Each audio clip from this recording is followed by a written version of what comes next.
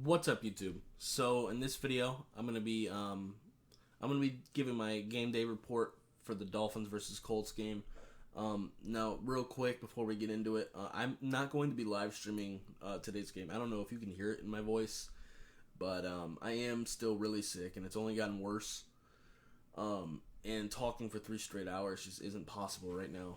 My voice just isn't gonna make it for 3 hours, but I can do this video. So yeah. So Michael Dieter is going to be out, unfortunately.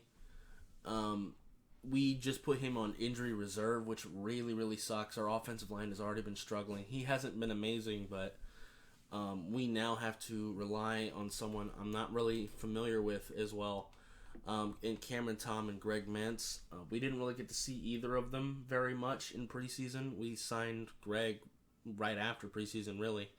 And Cameron Tom really didn't get much playing time. Because it was mostly Matt Skura and Dieter. So we really didn't get to see very much of them. So we'll have to see exactly which one of them starts. Right now on ESPN's depth chart, it shows Greg. And that might be the case. I don't know. But we did activate Cameron Tom from the practice squad to give us some more depth on the at the center position. Because as you can see, Michael Dieter is on IR.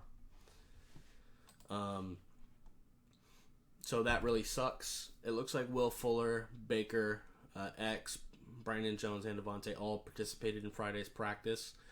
So it looks like they're going to be playing. So that's good. Jack Doyle does seem to be questionable. I am using ESPN's thing because it seems like they're a little bit more active with their placements and stuff like that than the actual team's websites are. So yeah. So yeah, Jack Doyle is questionable. He didn't practice for most of the week, and then he was limited in Friday's practice. So it seems less likely that he's going to play, but he might. So we'll see. Quentin Nelson is obviously on IR. Kwity Paye is out. Braden Smith is out. So their offensive line is definitely weakened. So we should definitely be able to take advantage of that for sure. Carl Wills is out. Rocky Sin is out. That's pretty big.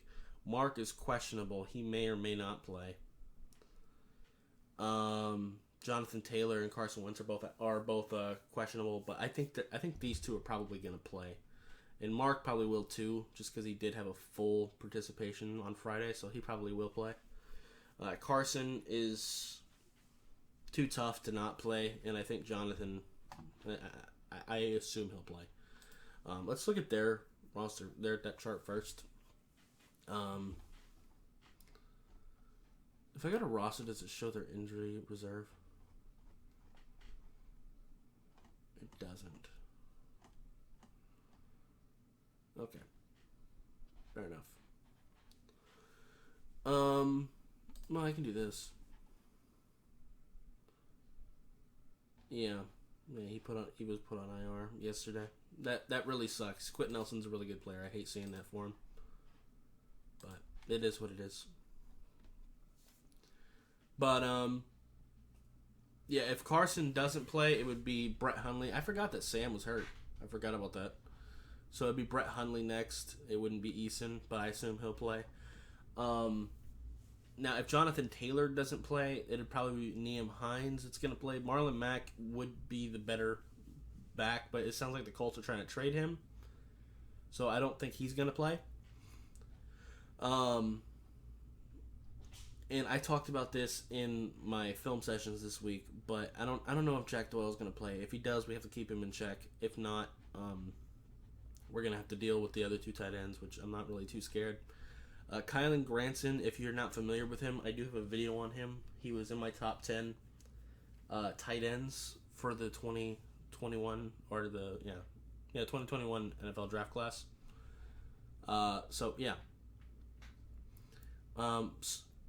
So really, for me, it kind of comes down to Jonathan Taylor. If he plays, if he's playing, we really have to really try to rein in on him. As far as the receiving core goes, we have to put Xavier Howard, in my opinion, on Michael Pittman and try to lock him up. Then Zach Pascal is their next best player, and I would put Byron right on him and then try to deal with Paris Campbell, try to keep him under wraps with his speed. Maybe double him. Like whatever nickel corner ends up following him around, make sure his safety is with him. Just to kind of deal with that speed.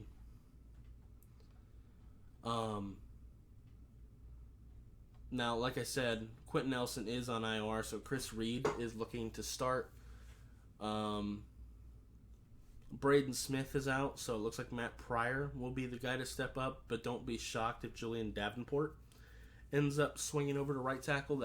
That wouldn't completely surprise me. We'll just kind of have to play that by ear. Julian Davenport obviously played for us as well. If Mark doesn't play, then Will Fries would come in. So I definitely think we can take advantage of this offensive line. I mean, they're without their best player, and Braden Smith is really good too. And if they're without both of them, I think we can probably take advantage. We really need to bring some pressure today, especially if Carson's not going to be healthy. And even if he was, you can pressure him into making some bad decisions. So let's do that. Without Kwity Paye on their defense, Toure would be the starter with Ben Benogu probably as a rotator. Ben Benogu's a pretty decent player, so he can get some pass rush for you as well. So we have to keep him in check, but I'm not really that worried about it. Dayo Odeyingbo is out as well. He could have been something for them. Muhammad can definitely hurt you. Of course, DeForest Buckner is still a really good player. We're gonna have to watch out for him.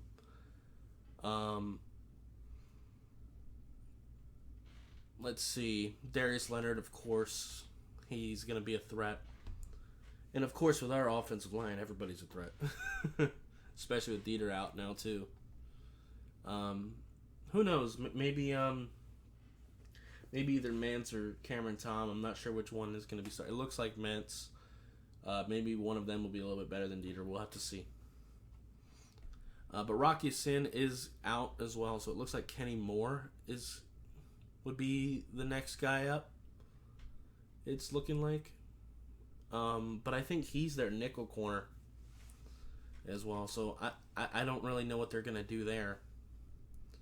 Because TJ Curry is out as well. So I don't know what they're going to do as far as our nickel corner spot goes. We'll have to kind of see how they do that. Maybe they'll move Kenny Moore as their other corner and then have Isaiah Rodgers in the slot, or maybe they do the opposite of that. I don't know what they're going to do. But either way, that's another thing we have to attack. Rocky Sin is out. Kenny Moore is a decent player, but he's either going to be the main corner and the slot is going to be a little bit more attackable, or the opposite. He's going to stay in the slot and someone else is going to go in for Rocky Sin, and then we can attack the outside more. So we'll just kind of have to see how that goes. Yeah, the Colts are really beat up, man. Holy shit. But I think if we play our best brand of football, I think we can win this game. I think, despite what Jacoby Brissett has said, I think he does really want to beat the Colts. I mean, I can only assume. I think this could be a really good game for us.